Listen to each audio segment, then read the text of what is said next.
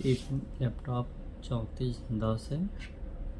इसमें मेरा SSD not detect हो रही है। इसमें हम SSD रिप्लेस करेंगे। इस केस में सारे स्क्रू ओपन कर लेते हैं। जैसे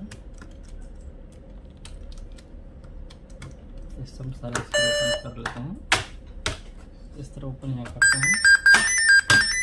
सबसे पहले हम बैटरी डिस्कनेक्ट करते हैं। यहाँ से बैटरी डिस्कनेक्ट कर लिए हैं और मैंने SSD यहाँ पे SSD ओपन करते हैं। यहाँ से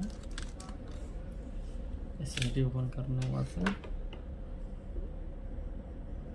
कुछ